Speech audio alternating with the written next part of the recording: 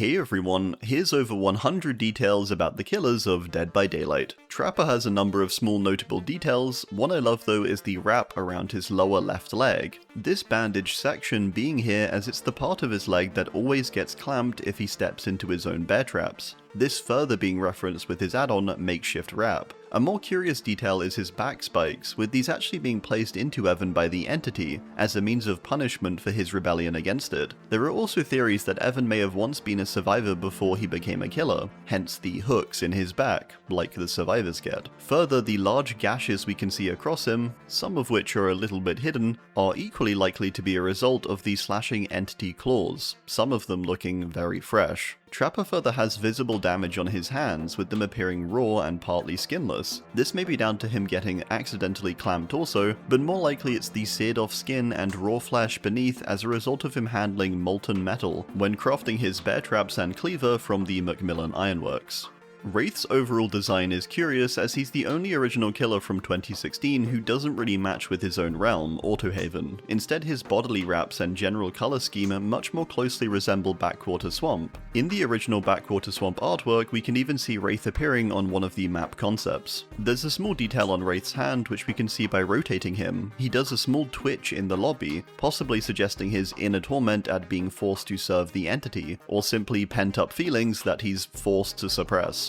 Billy interestingly has a similar animation, hidden within his chainsaw hand where he twitches his finger, in Billy's case it likely being a sign of his eagerness to kill compared to Wraith's repressed trauma and emotion. Billy's arms have clear wounds that have been stapled closed. Interestingly, these appear in the same spot as where he's bitten by the sheriff's dog in his tome lore. Whilst they do already appear on him during this, it's still an interesting connection I think, adding some story to these wounds, or possibly intended to be a bit of a retcon. Personally I think giving them a story would be cool, so I like this. Billy has a number of belts on, with these inferred to be his father's, a man he repeatedly sought the approval of. His father seemed to wear the now retired Big Buckle add-on, suggesting these are either his father's belts or a means to imitate him. Billy lets out a scream when he does a chainsaw sprint, which is often just assumed to be a wail of anger. However, this is more than likely a moment of Billy attempting to communicate. In his tome lore, when he attempts to speak, it comes out as garbled and unintelligible, meaning it's likely more than just a scream, he's trying to say something. Nurse has a cool missable detail when she charges her blink, with her blink charge number being visible in the form of small balls that appear in her hand. Nurse's hand also visibly burns up when she charges it. This seems to be a product of her likely burn damage beneath her clothes, causing her stifled breathing, or it's simply a reference to the mysterious burning down of Crotus Pren. Nurse's beckon animation in the lobby is curious, but I think this may be a remnant of her remembered past as she summoned patients from their rooms to be treated, with the action soon withering out.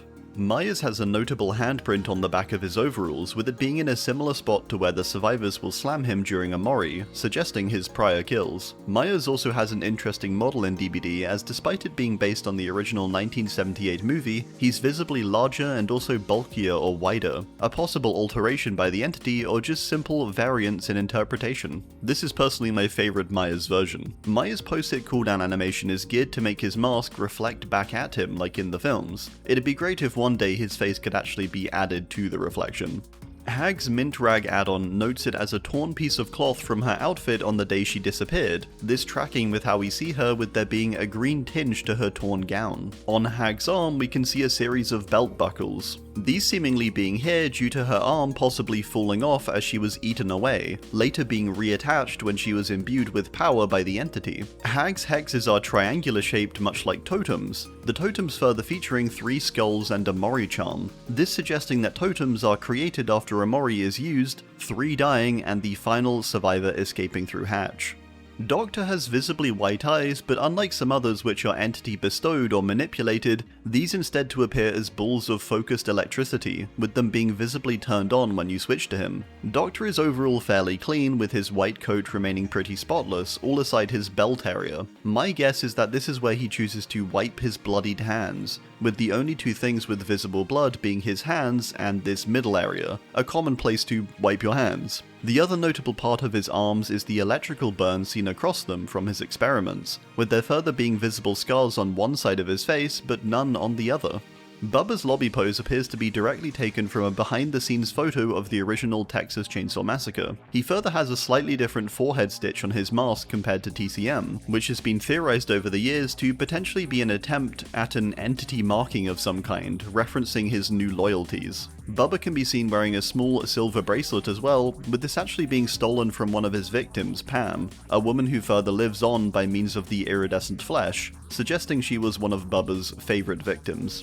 Huntress is known to have looted directly from soldiers, and one of her add-ons, the infantry belt, is visible on her model, along with the shiny pins pinned to it. Also on her model we can see one of her same hatchets she uses for her power, except far smaller despite the model being identical. This is potentially due to the entity changing Huntress, making her taller and more imposing, with these hatchets being their actual size pre-realm. Huntress further has a barely visible silver ring on her left hand, possibly just a looted trinket, but maybe her mother's, who was killed when she was a child. Freddy's original face design was, funnily enough, inspired by a pepperoni pizza, although the remake Freddy doesn't align as well to this. Freddy's glove was further originally intended to be constructed from the pipes and materials found in the boiler room. Based on DbD's depiction, this seems plausible. In Freddy's original power you could visibly see the face of Nancy, his obsession, and a missing character from his chapter, with only Quentin appearing, suggesting he may have killed Nancy and now holds her soul, especially as we see portraits of her throughout his map Badham with slash marks across her face.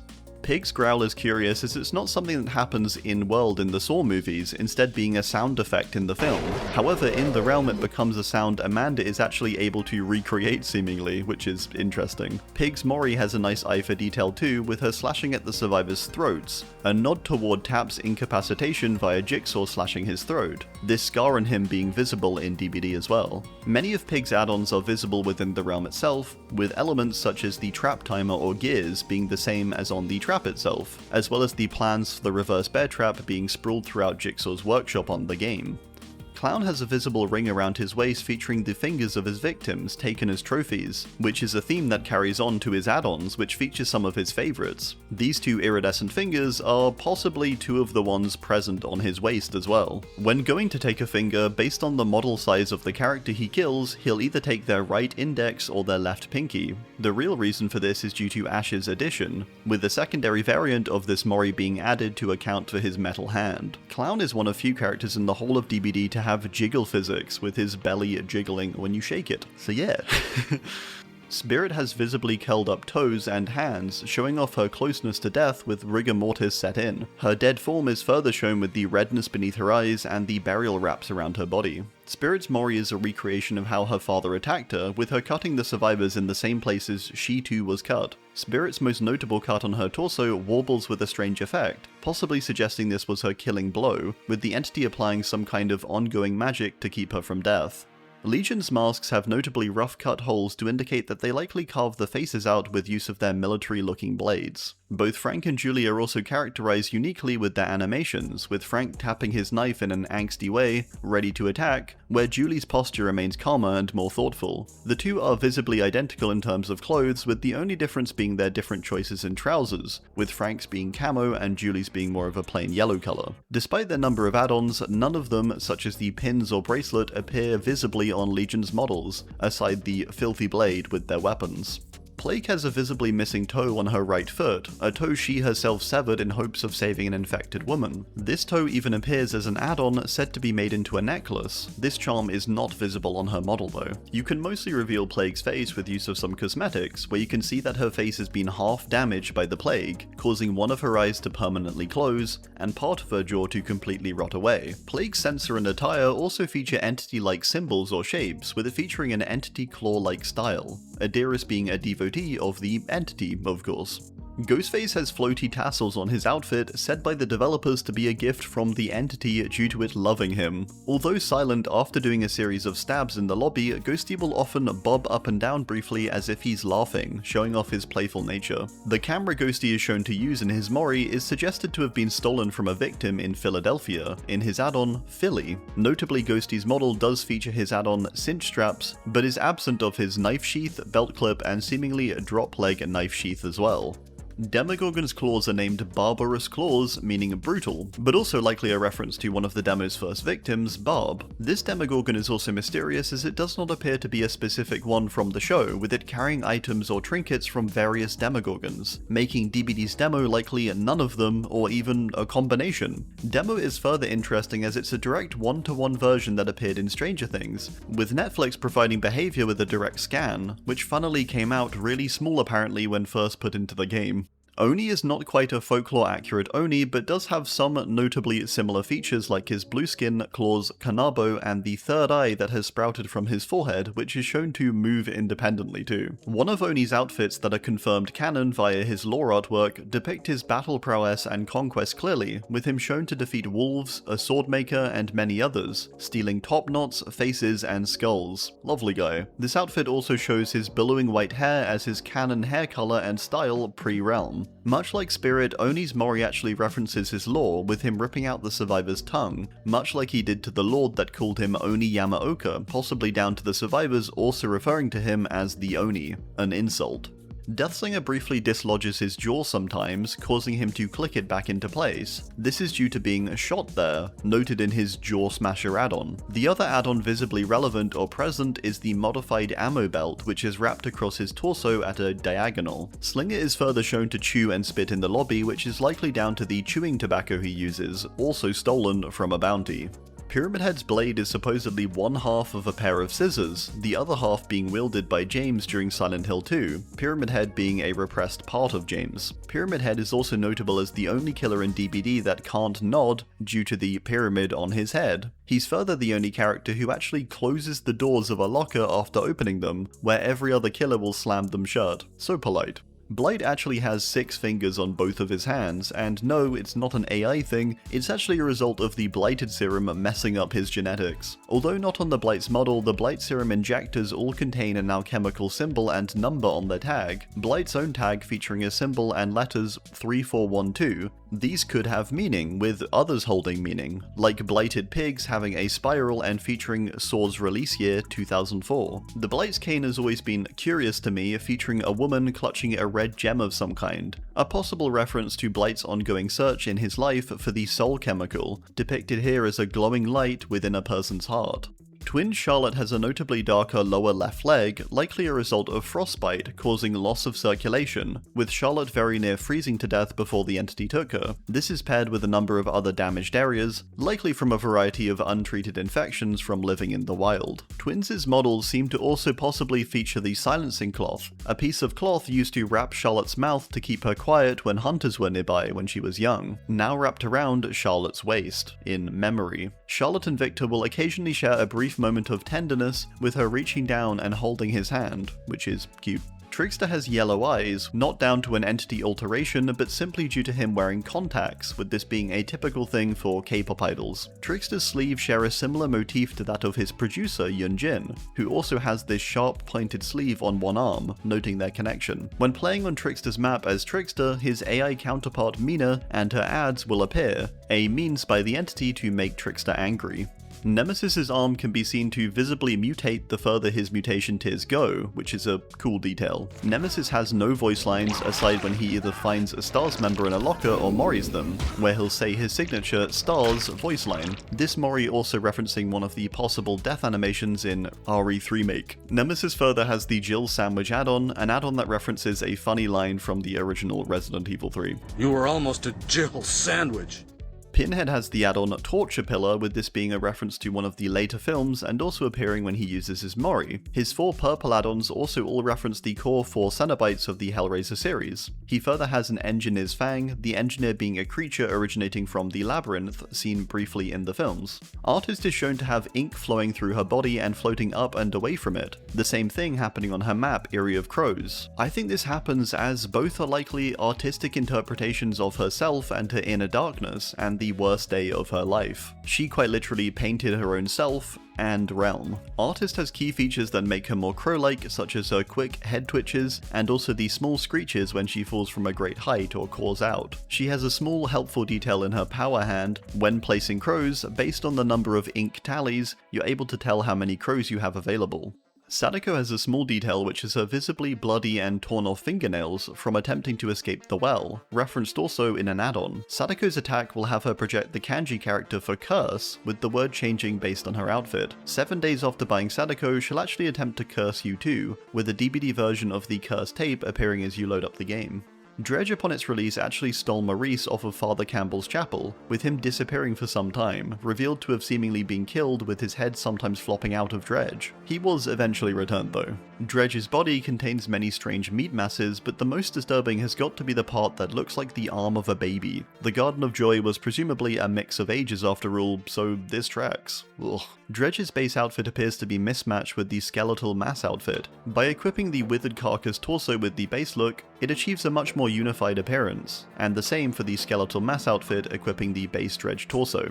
Wesker, much like Wraith and Billy, twitches his fingers a lot, seemingly priming his Ouroboros attack at any time. Wesker has special unique voice lines, but only for Chris, who he talks to when hooking or killing. Someone convinced me he's not in love. Wesker has some odd add-ons. Some are directly a part of his model, like the sunglasses and gloves, however many items he never even interacted with during RE. Then there's his herbs, which are respectively called the wrong thing. Green herb is a purple and red herb is a blue. Knight's base look has an element which represents each of his guards, showing his ties to them. Carnifex is referenced with the spiked knee and shoulder guard, Assassin by the red cloak he wears like his own red bandana, and then finally Jailer's chains which wrap his arms and shoulder. Knight's guards can be cycled through to choose which to use, but you can also see a faint glow of their icon on Knight's arm as you do this, revealing it in trial too. Knight is another killer who features very small but notable hand twitches, a stark contrast to his otherwise still body, which reveals his eagerness to kill beneath his helmet. Skull Merchant's base weapon is clearly still in its testing phases, with an alternate outfit revealing a prototype.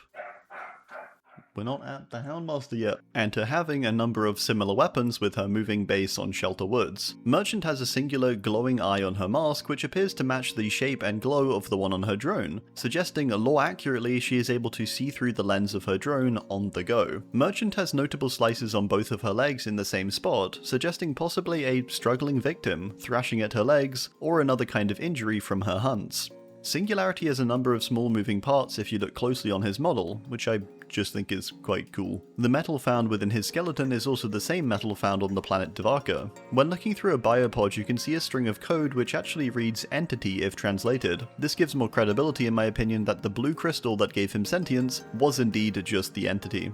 Xenomorph was specifically designed to look phallic in its appearance, to make the Xeno appear more violating as it literally invades your body. Xeno's Mori recreates a shot from the films with the mini mouth within coming out. This also occurs briefly in the lobby when it's crouched down. Xeno's hands are some of the only ones in the game that persistently move and uniquely of one another, doing different things and also having that same killer twitch, or judder in this case, like a few others. Chucky's Mori contains multiple references to his kills in the movies, with each weapon he uses referencing one. His add-ons actually do the same, with pretty much all referencing a different, unique kill he did. Chucky's lobby features a bulldozer, a likely reference to the good guy's play kit Andy had, also having the hard hat for Chucky that appears as an iridescent add-on. Chucky is one of few killers outright stated to acknowledge or know a survivor not from his chapter, with him recognizing both Nicolas Cage and Ash Williams, and seemingly being jealous about their higher level of fame. Wait, I thought I was the star here. Unknown's axe has visible damage and a handprint, making it clear it stole this off of a victim trying to fend it off. Unknown further crawls in the lobby screen, a reference to its frequent crawling in the promotional material in multiple teasers. Unknown's default appearance is intended to be ambiguous, but it has a lot of striking similarities to the game's default survivor, Dwight, with similar hair, choice of shirt, and trousers. As Unknown is meant to be an unknown being, lacking a singular form, this could be its idea of a default look. Vecna has a special and unique Mark of Negation or Mark of the Entity, which notifies or symbolizes his depowering for the realm in order to make him functional for the trials. Vecna's Book of Vile Darkness has seemingly been taken over by the Entity as a means to depower him, visible in his chest cavity but also his add-ons and his map, suggesting the Entity may have taken the real one and replaced the others. Vecna is also shown to wear the Hand of Vecna, the same that is available for survivors to steal mid-game. Upon retrieving this, it actually tears off the survivor's whole arm, due to the survivors actively replacing their whole arm when equipping it. Dracula has a slightly extended post-hit cooldown, with his animation actually going on for longer than other characters, although the extended section does not stop you from swinging, with it just being him pinching his fingers together, similar to his lobby animation. Dracula's castle in Trial can also be seen in the sky of all original maps, including ones that are indoors, which you can see in the outdoor areas. Dracula's eyes briefly flare red when appearing in the lobby, but turn yellow soon after, the red seeming to come out when he's fed with blood, with his bloodied outfit having red eyes, suggesting he's unfed during a trial, possibly a motivation from the entity. Houndmaster has a unique interaction with Ripley and her cat Jonesy, with Snug noticing the cat and Houndmaster commenting on it. One of Houndmaster's eyes is orange, suggesting the reasoning behind her ability to see through Snug's also orange eyes, the two connected likely by their time spent in an overlap. It's not just a gameplay thing, she can actually see through his eyes. Houndmaster has multiple unique voice lines for Dwight, Meg, Claudette, Jake, David, Nia, and Nicolas Cage, specifically targeting them for unique things, which are really cruel. Kaneki's persistent struggling and moaning in the lobby is likely down to him being starved by the entity, causing this erratic behavior. When hitting a survivor, one of Kaneki's post-hit cooldown animations has him crack his finger. When switched to Rize, this animation no longer plays, with it being a unique attribute of Kaneki. Kaneki's base outfit is also interestingly out of time, with him being taken after devouring Jason, which is before he gets this outfit in the realm. Springtrap will attempt to jump scare you in the lobby by appearing from a random part of the screen each time he's selected. Springtrap's hands are visibly severed beneath the suit, making his hands articulate purely through ghostly magic. A key missing detail in Springtrap's base look is a small button that appears in FNAF 3. Krasue's larb knife is not mentioned in her lore, but it's a tie blade often used to mince raw meat, suggesting her choice of it here. Krasue's head in head form will change from outfit to outfit, with one of the most brutal ones being her base look. She further has twitches like many others, but this seems to be Burong's attempts to keep the Krasue at bay, ultimately failing. Henry has a unique voice line for each of the Stranger Things survivors when morring them, typically digging into their psyches in some way. Henry's design is based largely on Freddy Krueger, despite clear Vecna ties as well, of course, with his dreamlike abilities and world, and elongated hand, similar to Freddy's claw. When facing Henry and using one of the grandfather clocks, you can lightly hear a tune that sounds eerily similar to Running Up That Hill by Kate Bush, a song that saves Max in the show.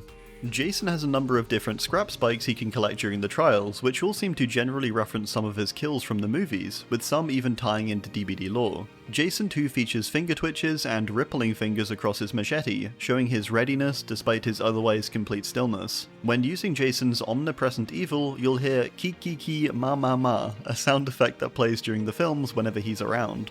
Judgment has 4 faces fixed into its 4 pincers or legs, with these being suggested to be exiled souls from the Exile realm, trapped within Judgment, and possibly even being the 4 survivors of a prior trial, with 4 appearing. Eyes can also be seen in the weapon, suggesting even more trapped souls, which they creepily stroke during their post-hit cooldown. Judgment further has a clear split between their upper body and lower, the lower being meaty but the upper being a porcelain texture, suggesting its true meaty form has taken on the upper part as a means to represent itself, but isn't actually a part of the Judgment itself. Alright, well that's gonna do it. I do hope you enjoyed. Let me know any small details you've noticed too down below. Thanks for watching, and goodbye.